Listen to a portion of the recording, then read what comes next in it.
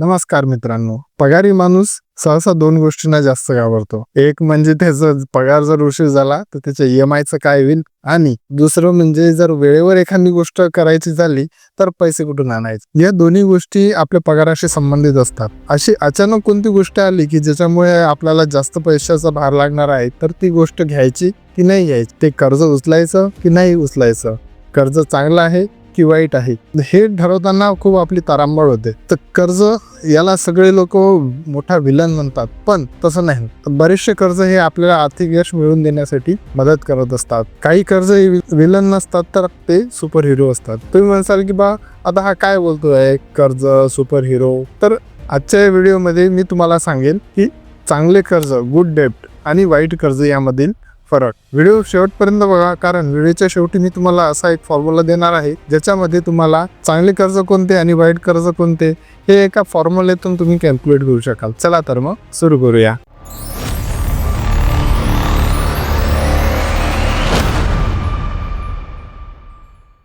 कर्ज म्हणजे काय?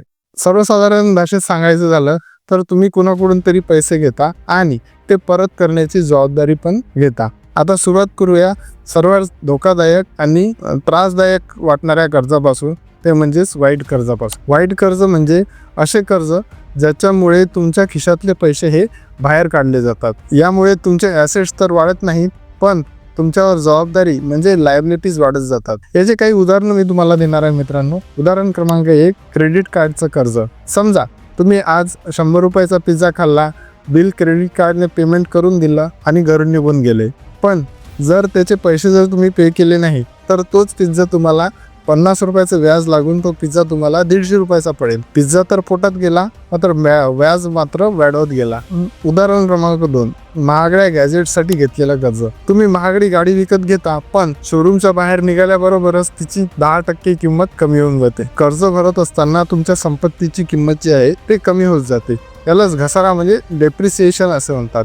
तिसरं उदाहरण द्यायचं झालं तर वैयक्तिक कर्ज. सहलीला जाण्यासाठी, लग्न समारंभासाठी किंवा उगाच चेन दाखवण्यासाठी घेतलेले कर्ज. या कर्जाचा व्याजदर खूप जास्त असतो आणि यातून तुम्हाला कोणतेही आर्थिक उत्पन्न मिळत नाही. या कर्जापासून लांब राहा मित्रांनो. वाईट कर्ज हे कन्झम्पशन एक्सपेन्सेस पूर्ण करण्यासाठी घेतले जातात. ते तुमच्या खिशातले पैसे हळूहळू कमी करत जाते. यालाच लायबिलिटीज म्हणतात. तुम्ही कधी वाईट कर्ज घेतले आहे का? घेतले असेल तर ते आम्हाला कमेंटमध्ये सांगा. आता बोलूया आपल्या सुपर हिरो बद्दल, म्हणजेच आपल्या चांगल्या कर्जांबद्दल. चांगलं कर्ज म्हणजे काय? असे कर्ज जे तुम्ही फेडत असताना त्यातून निर्माण केलेल्या संपत्तीची किंमत जी आहे ते वाढत जाते किंवा तुम्हाला भविष्यात उत्पन्न मिळवून देण्याची क्षमता ठेवते. थोडक्यात सांगायचं झालं तर हे असं कर्ज आहे ज्याची परतफेड तुम्ही आता तर करत आहे, पण त्यामुळे तुम्हाला एक मोठे उत्पन्न मिळू शकते. गृहकर्ज. मित्रांनो, तुम्ही गृहकर्ज काढून तुमचं घर घेतलं ज्याची किंमत आज 1 कोटी आहे. 5 वर्षानंतर त्याची किंमत हे 1.5 कोटीच्या आसपास होईल. म्हणजेच तुम्ही कर्जाचा हप्ता भरत आहात, पण त्यापेक्षा जास्त वेगाने तुमच्या घराची किंमत वाढत आहे. तर ही एक चांगली गोष्ट आहे. शिवाय तुम्ही भाड्यापोटी देणारे जे पैसे आहे ते पण वाचवत आहे. दुसरं उदाहरण घेऊया मित्रांनो, शैक्षणिक कर्ज.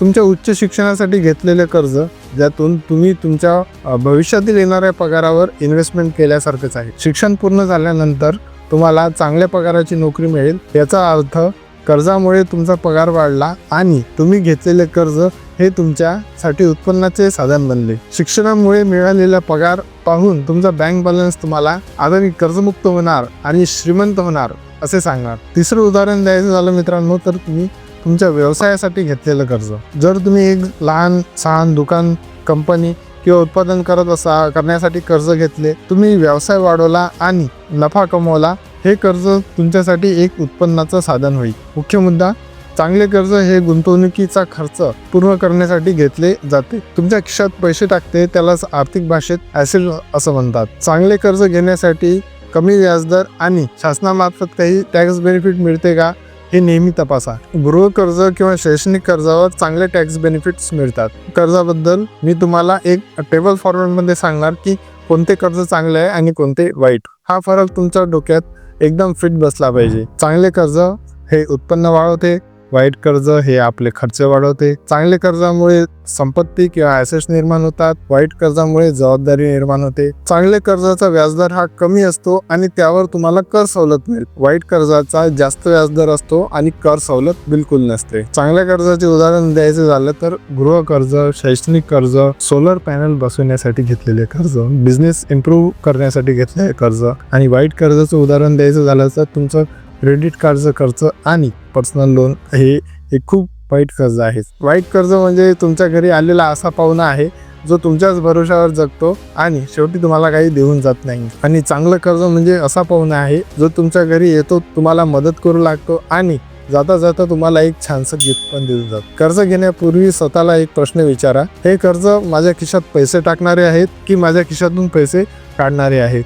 जर उत्तर पैसे टाकणारे असेल तर नक्की घ्या आणि नसेल तर त्याला जय महाराष्ट्र म्हणा आणि बाजूला होऊन जा. मित्रांनो, अनेक लोक फक्त व्याजदर पाहतात, पण व्याजदर महत्वाचा नाही तर कर्जाचा उद्देश हा महत्वाचा असतो. चला तर मग या व्हिडिओच्या सुरुवातीला मी तुम्हाला जे सिक्रेट फॉर्म्युल्याबद्दल बोललो होतो ते आता सांगतो. कर्जातून मिळवलेले उत्पन्न रेट ऑफ रिटर्न हे जर रेट ऑफ इंटरेस्ट पेक्षा जास्त असेल तर ते एक चांगले कर्ज समजले जाईल. उदाहरणासोबत समजून घेऊया. तुम्ही 60% दराने व्यवसाय कर्ज घेतलं. ते कर्ज घेऊन तुम्ही तुमचा व्यवसाय वाढवला आणि त्या व्यवसायातून जर तुम्हाला दर वर्षी 12% उत्पन्न मिळत असेल तर हे एक चांगलं कर्ज होईल, कारण 12% हे 60%पेक्षा जास्त आहे. तुम्ही कर्ज फेडण्यासाठी जे व्याज भरणार ते तुमच्या उत्पन्नाच्या खूप कमी असेल. आणि जर तुमचा कर्जाचा व्याजदरापेक्षा उत्पन्न जर कमी असेल तर ते एक वाईट कर्ज होईल. तर मित्रांनो, कर्ज वाईट नसतं तर ते तुम्ही कशासाठी घेता याच्यावर जास्त डिपेंड असतं. कर्जाला शत्रू समजू नका, त्याला एक शस्त्र बनवा आणि तुमच्या आर्थिक प्रगतीसाठी